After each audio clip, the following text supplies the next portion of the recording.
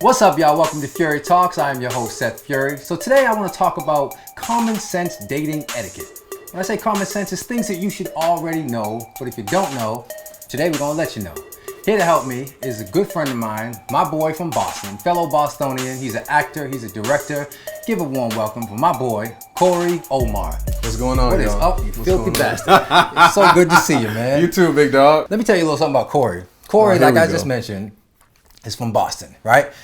Because he's from Boston, we communicate with each other just a little different than I do with my other California It's a little friends. crass. It's a little what? Crass. Yeah, we're honest, we're raw.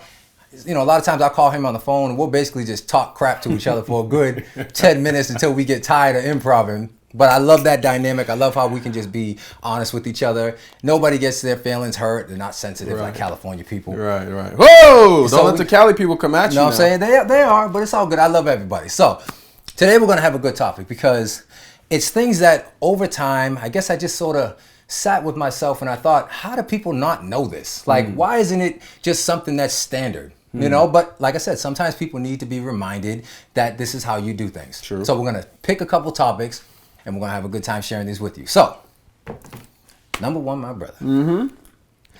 Throw them at me, champ. Common sense rule number one for dating etiquette is as follows. If you flake on a date and you're the person that flaked, the common sense courtesy is to what? Let the person know ahead of time. That's okay. That you're about to flake. Okay. Give them a good enough. I'd say give a good enough lead time for them to make any changes that they necessarily need to make. That's fair. That's courtesy. That's courteous. Because a lot of times people like myself, in order to make a free night, there's a lot of rearranging that needs to take place. Like I don't always have free time. So when I do have a free night and you flake last second, it's a lot. Yeah, you know? it throws off your whole schedule, per se, because like, you know, you could either have work, you could be doing things for yourself, and you know, when you take that time to invest it into somebody else, like you best believe if you're gonna flake on me, at least give me 2-3 hours notice that like, yo, listen, I'm not gonna be able to make this. And then shoot, reschedule. That's the key right there. Reschedule. That's the one that I always say. If you were going to be the flaker, in order to make that person feel as if you were genuinely sorry for canceling, reschedule.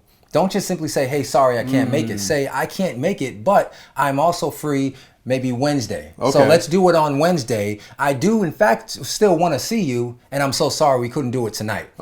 But if you have to cancel and flake on him and then leave it up to him to follow up with another date, it's too much. And if anybody has pride in themselves, they're going to be like, you know what? Forget this girl. Well, I agree with that, but let me ask you this question. Go ahead. How much time do you need to know when the next date should be? Like, are you saying if she cancels it today, are you expecting her to come up with another date the same day in the same conversation? Yes, in the same breath. I will take that. Because here's the thing. You're flaking. You're not simply rescheduling like in advance, like a day in advance. Hey, I know we were going to hang out. What's your definition of flaking? Flaking is I'm about to walk out the door, or flaking is I done already called off my entire evening, and now that it's about a few hours away from daytime, you suddenly say, hey, sorry, I forgot. Or not even I forgot. Let's just say, sorry, I can't. I got called in for work. But things come up. And if they come up, I'm okay with that. If you reschedule, and if you just say, listen, I'm so sorry I couldn't make it. I really want to see you. Let's try it maybe on this day. Maybe we can touch base tomorrow and figure it out. And then you call him tomorrow. That's my thing. Like, what if they don't have, what if they don't have another date in mind yet? What if their schedule is kind of so sporadic that they're like, yo. Well, that's what I just said. Touch base, maybe if you want. Let's touch base maybe in the middle of the week and let's figure it out. But you have to at least show intent. Okay, touch base in the middle of the week to figure it out. But not giving a definitive date of like. But within that same breath, let them know you're trying to reschedule. Willing to reschedule. That's really what it is. Yeah. I agree with that. If you don't know the date right then, fine. But let him know you still want to see him. And that, I think, is very just common sense dating etiquette. I agree with that. I agree with that. But I would say, go ahead. I don't think that someone can flake on you the first time unless it's like, you know, an hour before you guys are doing something. I consider that flaking. Okay. If it's 2-3 hours before and you're having a conversation with me that you cannot make the date that we both agreed upon, cool, things come up. But I feel like flaking really happens like the second time. Like if it's a reschedule, yeah, and then they're like, hey, listen, I can't make it again. At that point, I'm like, all right. Okay, so let's, know? technically, Done. flaking is basically you show up somewhere and they just don't show up. That's a real flake. What I mean by, it doesn't have, let's throw the word flaking out. Okay. Let's just say canceling.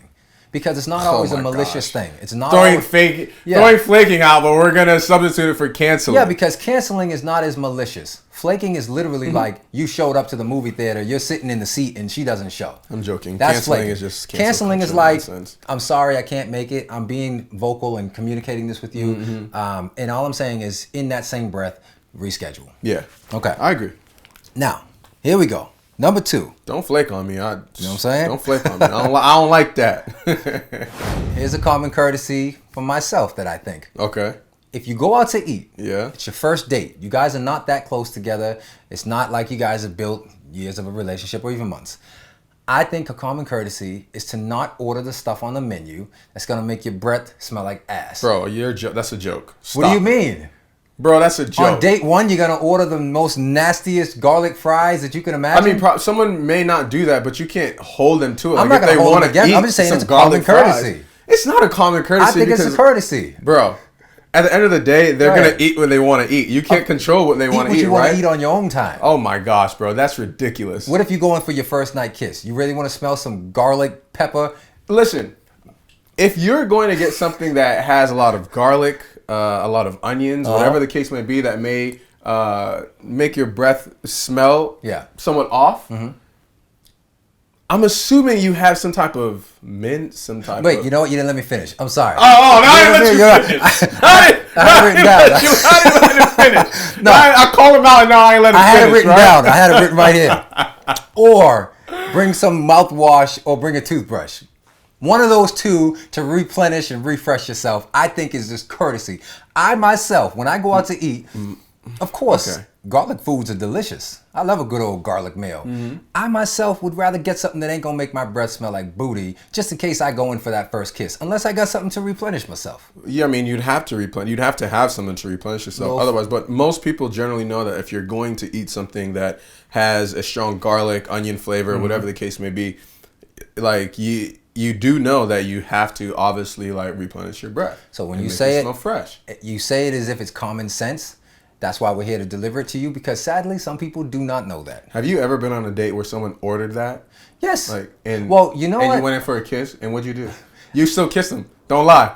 I would still kiss them, but listen, because I mean, it's the person. Of course, you're gonna like still make, the connection with the person. It is just food, especially if you both ate it together. Fine. I'm just saying. So this is pointless because you're still gonna kiss them anyway, bro. Yeah, but I'm just saying it's courteous not to do it. I feel like you should maybe just be mindful of your breath, and if you're going to order the crazy meal, just replenish yourself. That's all I'm saying. If it's me, yeah. I'm saying, hey, listen, let's take it slow. I'm not kissing on the first date. You know you're going to just avoid the kiss entirely? I'm going to avoid the kiss completely. And see, I'm probably going to do that anyway. Oh, because you don't like kissing the first date? Nah, that's not me, bro. Really? Yeah. You're a lady? No. I'm just a man and I have a child, and you have to when you kiss your child, it's just, you got to trust someone when you... Oh, that's okay. That's how I think. Okay. I mean, that's another conversation for another time. True that. Okay, I can respect that. If you are a fella, if you're a man, and you have a woman sleep over your crib, and you invite her to sleep over your house, I think it is a common courtesy for you to make sure you have some female toiletries. Something for her to feel comfortable in and not have to shower with your Axe body wash or the nasty little man stuff. Maybe have some baby wipes. Maybe have something that's going to make her feel comfortable. Not like she's about to move in. And don't have like a few drops left of the female soap and make her feel like you just have this on deck for every female. True gentleman. You know what I mean? Get something like me, myself. I want someone to feel comfortable when they come by. What type of female toiletries like? Female toiletries, baby wipes, something simple, because every girl goes to the bathroom, they love baby wipes. How do you know that? If they don't, ladies, do you all like to use baby? Then they're nasty. If you don't use baby wipes or bidet, I have a bidet. If you don't use baby wipes or bidet, or if you don't ask me if you can jump in the shower, it's nasty. You don't think so? Okay, is this like? Is this your first date, your second date, because you'd have to actually... No, this isn't the first date. This is like you guys know each other, because obviously you're not going to have someone sleep over the first night. Right. And if you do, it's usually more of a passionate, just kind of like a sex type thing. I mean, like when you go ahead and make a plan, you guys probably have a nice movie night planned out, a nice little sleepover. You tell her to bring her pajamas. If she doesn't already come prepared with her basics, which I'm sure she will, you should have some female toiletries to show that, you know, you're a little bit more mindful of the fact that there's a woman in the house. For sure. That's, I think, is discourteous. That makes sense. All right, I got one that's probably going to shock. Now listen, before I say this, I'm going to encourage you to listen to my full explanation in its entirety before you jump down my throat, ladies especially. Because this is definitely one of those guy thoughts that most men will probably never say out loud, but they think it. And I'm going to go ahead and say it. If you were in a long distance relationship and you were going to visit your woman for the first time in a long time, you guys are already committed. This isn't the first time you guys are flying to see each other. This is a routine. You guys are committed, right? You ain't seen your girl in a long time. And you ask her, baby, what's a good time for me to come out there? I'm available any weekend of the month.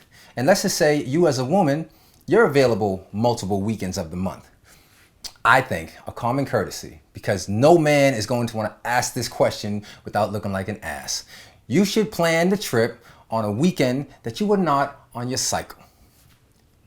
Let me hear your thoughts. As a common courtesy, I think that's a very, because no man is going to know that information. But why is that necessary to Because know that? you guys are already committed, and it's obvious that if you ain't seen your woman in a long time and you've been faithful to her for 6 months in your other city, intimacy is something that is most likely going to happen. That's misogynistic though, bro. I don't think so. I do, because why can't you just go and spend quality time with your woman without the intent of having to do anything without her vagina? Because here's the thing, and this is where I'm going at. If that's the only weekend she had available, I think it would be an ass move to say, I'm not coming because you're on your period. See, that's the problem messed with up. men, though. No, I would think that's messed up. I think you should, in fact, go there anyway because you want to spend quality time with her. I 100% agree with that. If you have options and you're available on multiple weekends, I think as a woman, you should somewhat take into consideration to say, well, he might want to have sex with me because I'm his girl and I haven't seen him in 6 months. So why don't I just factor that into my decision-making process? Okay, cool. That doesn't make sense? I mean, no, that makes sense, but it doesn't. I don't think it's like a common courtesy thing for a woman to have to say like, oh, I'm only going to invite this guy when I'm off my period. Like, maybe she's not even trying to have sex, nor should I think a man should have that mindset in terms of like, oh, I'm going to go visit my girl. I haven't seen her in 6 months. I want to get it popping. Like, if that's the case, if you have that intention. You don't think that sex is a common thing in a relationship? No, it's a common thing. But I'm saying if as a man, if you have that intention, like you should then communicate that intention to the woman and see where she's at with it. Because it's like, you shouldn't go there assuming and saying that like, oh, she should know that we should get it popping because I haven't seen her in X amount of time. And if she knows she's going to be on her cycle, she shouldn't invite me on the time that she's on her cycle. She shouldn't invite me. She should just mention that this may not be the best weekend to have me come. Well, which is why I think you should have... Without having to say it. Because any guy that asks that is usually going to be like, damn, so you just coming out here just for sex? He doesn't want to say that because that's not the only reason he's coming out there. Of course, but he can wants to communicate see you as well. But that could be something that he looks forward to. I'm excited to see what the ladies say. Listen, here's the thing. I know that this conversation is probably going to get me the most negative comments, right? Because you're being honest about how you feel. I'm being honest because I'm trying to tell you how guys think. But let me give you the flip side. I've had women that live locally that have said to me, hey, I know you want me to come over, but just so you know, I'm on my period, right? And I sometimes get slightly offended. I'm like, damn, like, that's fine. I don't care if you're on your period. Like, I actually just want to spend time with you. But I also know that you live down the street. So if it doesn't happen tonight, we can do it next week. It's no big deal. You see what I'm saying? And so a lot of times I wonder, I'm like, man, do you actually hang with guys that would say you can't come over? I mean, I know a lot of women who deal with a lot of like... And I feel bad for that. So I'm not condoning that behavior. What I'm saying is if you have 1 weekend out of the year or 1 weekend out of multiple months since you've seen her, I think that's something that it's not as simple as I'll come back next week. I may not see you for another 6 months. I've been out here dry, missing you, wanting to see you, and you're my girlfriend already. This isn't like, hey, I'm coming to visit you for the first time in Miami. I met you off Instagram. I'm assuming I'm going to hit it. That to me would just be stupid. No girl in their right mind would have to factor that thought in. Here's what clears all of that up. Go ahead. One word. Communication. That's what I'm... Okay. That's all I'm saying, because I don't think like... It's not like a common courtesy thing. It's just... like I feel like men, we sometimes demand sex from women so much, and it's not fair for us to do that. No, I think it's both ways. I think it's. I've been in situations definitely both ways. Either way, yeah. If you have the intent to do something with a woman, or if you have the intent to do something with your man, whatever the case is, have the conversation about your intent about doing. If like you have this relationship with this person for so long, 6-7 months, whatever, right? You guys are comfortable. Yeah. You're comfortable, and I would hope in that span of time you've had some type of conversation about sex, where you are with sex, whatever. So, ladies, you don't think? Let me ask you, because sometimes when it's said out loud, it feels wrong. When it's said out loud. If a man said to you, "Hey, baby, when is your period, or when is your cycle?" He's a moron if he's gonna talk to a woman like that. Like, that's crazy. Not a woman; it's his girlfriend. His girlfriend. He has to know this type of stuff. Okay, cool. But even if he's like saying that, like, baby. Okay, listen. I'm coming out to see you this month. Okay. When is your period? He's not going to ask that because he doesn't want it to be taken like you're saying it, in which they're laughing. So that's why I say, since the woman is the one that has that knowledge, I would just factor that in. That's just me personally. Of course. That's all I'm saying. I understand it's very similar to this. You ever have a girl, let's say you go over to a girl's house, right? Okay. And you bring a condom, right? Now let's say for some stupid reason you go to reach in your wallet or grab in your pocket, the condom falls out. Right? And she looks at you in disgust because you planned it. Why would you plan to bring that condom, you pig? Right? And you say to yourself, well, I didn't want to vocally tell you I'm bringing this just in case, but should it get popping, you're going to be real glad that I brought this thing, right? Nobody wants to have the conversation but that's a fair response. But what I'm saying is nobody wants to have the conversation of, hey, do you have a condom? Should I bring a condom? Because she's going to be like, what? What makes you think that's even happening? So you bring it anyway and you prepare without verbally saying it. You just make the subconscious assumption that it might happen. And if it might happen, I want to be prepared. It's okay to be prepared. And that's all I'm saying. So in a case where I'm describing where you don't want to always verbalize it without looking like you're only coming there for that, I think you should just mindfully say, in case this happens, should it happen, I'm not saying he's coming here just for this, let's do it on a weekend where it could happen. I have multiple weekends available this month. This isn't like the one weekend I have and he's telling me he ain't coming because of that. That's where I'm going with it. For sure. Moving on. Next common courtesy that I believe is something that people should just know, right? If he says he loves you, you should say it back. Not on the first time. Not the first time he says you love you. If you guys have already been in a position in which you say it to each other regularly, and you're on the phone with him, and you're around a bunch of people, and you're around a bunch of guys especially, and he says to you, hey baby, I love you, have a good night. That is not the time for you to say, okay, bye. Especially when you guys routinely say I love you all the time. Okay, yeah. That to if me you is routinely say it. Yeah, that's what I'm saying. This isn't the first time. Yeah, no, of course, you say it when you're ready. But if that's a way that y'all communicate with each other, have you ever been on the phone with your girl, let's just say someone that didn't work out so well, and she's around a bunch of her friends, maybe in the car, you can hear some men in the background. Hey girl, who's that? Oh, no one, just talking to, and then all of a sudden, you see what I'm saying? Well, okay, and then you're like, hey baby, I love you. Okay. Talk to you later. That to me would drive me crazy. Because I would be like, what is it about this moment right now that you can't say something that is so fundamental in the way we normally communicate? What's up? I agree. If it's something that is said consistently. Every time. Every time? Mostly every time? And then yeah, I think that's a little weird. I think that would be in the weird. Moment when there's guys around or girls around, it to me would make me feel like you were either embarrassed to say that you loved me around somebody else, or that it was conflicting for whatever it is you're up to. There's a gap there, but I agree with that. Like, I think if it's something that is normalized in your relationship, and you're saying I love you over time, consistently every time you get off this phone or whatever, the majority of the time, and now people are around, yes, and you don't say it, yes, that's what's going on? Yes. That's just kind of, I agree with that. That's kind of off. When it comes to relationships, especially newer relationships, it's very, very important to never leave your spouse with doubt. Yes. Things like that will leave room for doubt. So I use those moments to make it extra sure that if I'm that person on the phone, hey, listen, I know you probably hear some girls in the background. I'm not saying this, I'm thinking this. Yeah. I know she probably hears some girls in the background, and she's probably feeling a little insecure right now because she's not with me and she has no idea what's going on. Yeah. I love you, baby. I love you, Lisa, whatever her name is. You see what I'm saying? I'm going to say something that lets everybody in the car know I'm talking to my girl, I'm in a relationship, and we're in love, or whatever the case may be. So by you hearing this on the opposite end, you feel secure.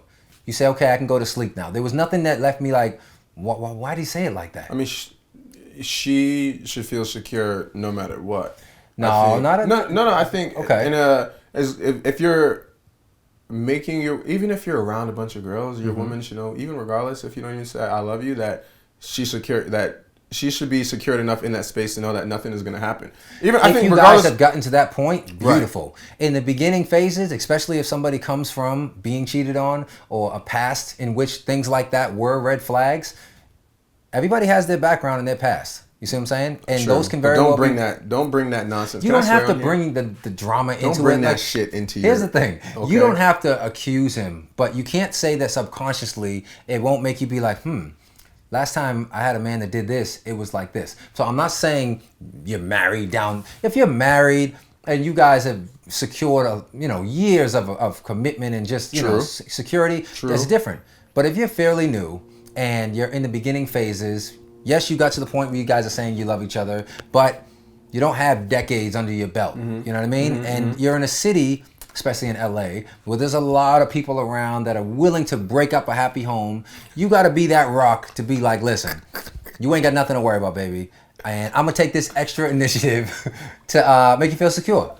I think everyone should partake in that way of being. But that's the key word, what you said. All right, here's something for me. I don't know if this is going to apply to everybody. But to me, it felt like common sense, and I was a little disturbed by it. Okay, if you are in a relationship, I think naturally I'm trained to think about my girl usually at all times if something ever comes to me that I think she might like, right? So if you're, say, working a job, maybe they offer you like as a holiday bonus or just whatever the case is, they say, hey girl, we have a bunch of these male items, clothes, electronics that, you're welcome to have, okay? I think is inconsiderate or just plain selfish to not say, okay, I don't want them, but I think my man might like them. So let me get these, okay? Yes, I would love that. I had a girlfriend one time where she did a photo shoot for a clothing line that I happen to love. And at the end of the shoot, she came back to the crib and I said, hey, how was the shoot? She was like, it was good. She was like, I was like, well, were you able to get any stuff? It's a male clothing brand. Oh, well, they told me they didn't have any girl clothes, so they only had a bunch of guy stuff. Right? So in my mind, I was like, you didn't think about me? Oh, you would have want. I was like, how many times have I worked for like makeup companies or female products, hair companies, shampoos, and I not thought about bringing you something for sure. That's foul. That to me is a common courtesy. That's foul. That's just messed up. That's foul. And, she couldn't grasp the concept as to what she did wrong. And I was like, I think it really just comes down to having the other person on your mind at all times. Not all times, but in certain situations. Whenever there's a situation that I feel like a woman can benefit from something, you're the first person to pop in my mind. Absolutely. And I will never turn down something that I think you would enjoy. That's a given. Just simply because I don't enjoy it. That's a given. That's very... You know what? That was very selfish of her, Seth. I think so, too. That was very selfish of her. Yes. Whoever you are. Well, selfish. Just look at me right now. That was very selfish of you. All right, Corey, I'm tired of you bashing my list. What do you think of some common sense etiquette that you would like to hear? Here's a good one. Go ahead. See how stupid this is. Go. I was always trained to open the door for a lady, right? Let's say a car. Okay. Open her car door. By the time I get around to get to my side, I'd appreciate it if she pushed my car door open. I don't think anybody who grew up in the 2000s or hasn't seen Bronx Tale is going to know about that gesture of reaching across the seat. I know plenty of women who do that. I know a few women in my lifetime that have done that. I don't think that's common sense. I think that is very much just a specific thing that maybe they do that it can be. I think opening doors for women is a little bit more common than her opening up your door, reaching across. Because when I've had it done to me, I was like, it was cute. I could tell she meant well and it was nice. It was a little extra. You didn't have to reach that far over to open my door. Like, I mean, it was kind of just like, that was sweet. I would not expect every girl to do that, nor would I get turned off if every girl didn't do that. Because it is a lot. I don't get turned off. I don't get turned off when a girl doesn't do that. Definitely a brownie point. But yes, it's That's like, it. Oh, wow. She's thoughtful. She's not selfish. That is a nice brownie point. So ladies, if you happen to be on a date with a man and he opens your door, we can bring it back to the old school chivalrous ways of reaching over and opening up the door. I don't think too many girls in this day and age are going to do that. Old school works. Old school works. Okay. I think it's about balancing our traditional ways with new age. Right? You don't have to completely abandon what feels right and what feels respectful to you. But you also have to be mindful that a lot of people didn't grow up with this training or these teachings. Maybe you know, they just weren't taught this type of stuff. So they don't really mean to be disrespectful or malicious. They just don't know any better. Not a lot of women know to reach over and open up that door. Unless they were told that, or they saw some old school movies. You see what I mean? So that's why I try to adapt to what I think is like common, you know. But it's what you think. That's the thing about this. It's also like I just don't think it's common anymore. It might have been a common thing back in the day. Now I think it's kind of just like, that's cool. Opening doors is still a common gesture for men to open up the women. Is it though? Because a lot of women say, especially a lot of women in LA, they say a lot of guys do not open their door or hold the door for them, whatever the case is. I still do that. I mean, but like I said, I'm still from that generation, and I'm from Boston, so I still have those basic etiquettes instilled in me. Okay, but fair enough. If you're a fellow and you ain't opening up doors for your girl, like you're gonna lose some points quick. You're gonna lose her quick. Any girl that respects herself, you're gonna lose her quick, and we ready. Yeah. That sounds creepy. I'm so sorry. Don't put that in here, please. It's gonna stay there. All right, y'all, so that's it. Thank you so much for watching Fury Talks. I hope you enjoyed this conversation. I hope you guys enjoyed the rawness and the openness and the honesty of it. I know you may not agree with everything, but hopefully you guys still found it entertaining and you might take something from it as well. Corey. My man. Thank you for coming on the show, my brother. Appreciate it, man. Pleasure. Appreciate it. Tell everybody how they can find you. You guys can find me on social media at Corey Omar. It was great being on the show, man. This was absolutely, man. This was a pleasure. It was a pleasure, and I'm looking forward to what y'all drop in those comments about some of the conversations that it's gonna be a fun one. It's gonna be a fun one. It's definitely a little bit more controversial than the others, but I like it. I like being honest with y'all. So, as mentioned before, he's an actor director. Definitely check out his page, see his work. He's super, super talented. All my friends are talented. And be sure to like, comment, subscribe, and if you haven't already, hit the post notification button so you know when to see our next episode. Appreciate you guys as always. Fury Talks. Later.